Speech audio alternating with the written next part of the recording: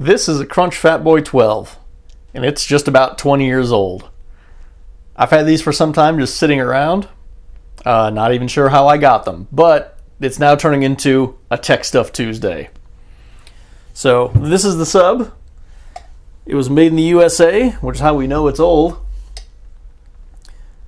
4 ohms, 250 watts RMS, 2-inch voice coil. I decided to put it in the 212 SPL box in my car and see what happened when I just put a bunch of power to it, see what kind of number it would do. So here's that footage, and then we'll talk about what happened.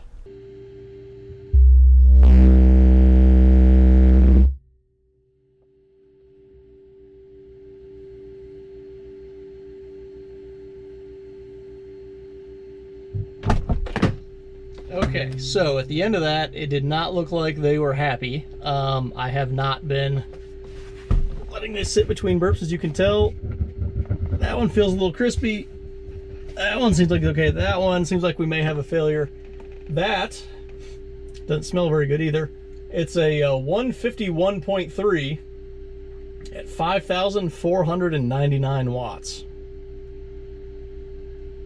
I'm gonna give this one more shot, but I'm pretty sure it's not gonna like it. That one doesn't sound good, but I'm gonna give it one more click.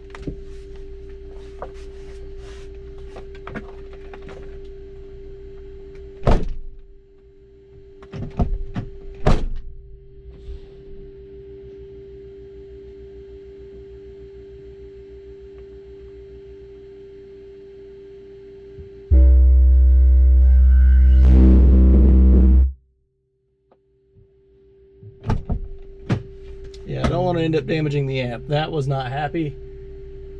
That was 144.1 on 7,302 watts. But they are definitely not happy. So we're going to pull them out and see what they look like. Now, first things first, I ran this through several different power levels. I didn't give it any breaks in between them. I probably should have, but I didn't.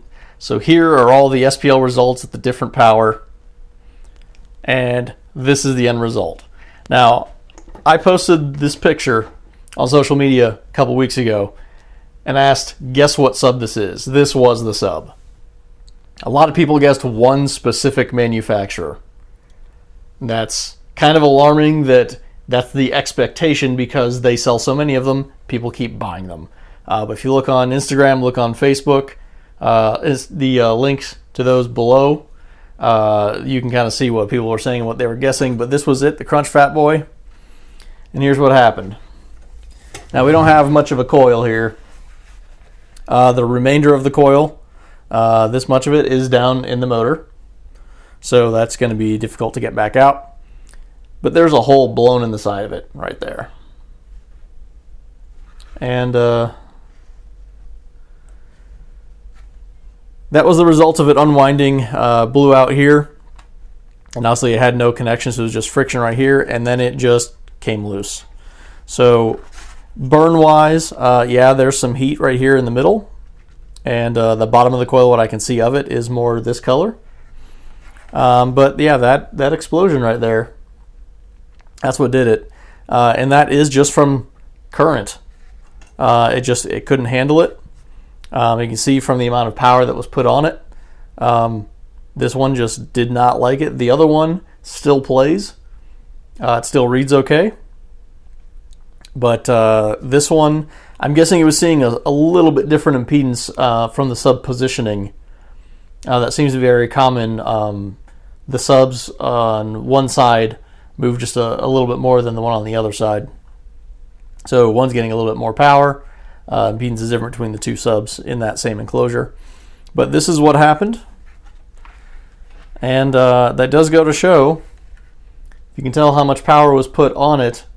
For a burp, you can put an enormous amount of power on a sub, and that doesn't mean that it can hold it every day. It doesn't mean it can hold it on music, but for bursts, it can hold a ton of power. Even something like this, a small, short, 2-inch coil rated for 250 watts can still take that much power. So if you see something that takes a ton of power from a burp, that's not an indication of how good it is in the long run. But this is how it was assembled. Single spider, relatively large surround. It would actually use the most of it. But that was our failure, was the coil. So if you want to support the channel, shop from emfcaraudio.com. We have the full line of Sundyne Audio, EMF Audio, XS Power, SBC cock boxes, and audio control. Don't forget to hit subscribe, give us a thumbs up if you like this video. If you have any suggestions, list those below. If you have any questions, we'll get to those as quickly as we can. And I'll see you again on another Tech Stuff Tuesday.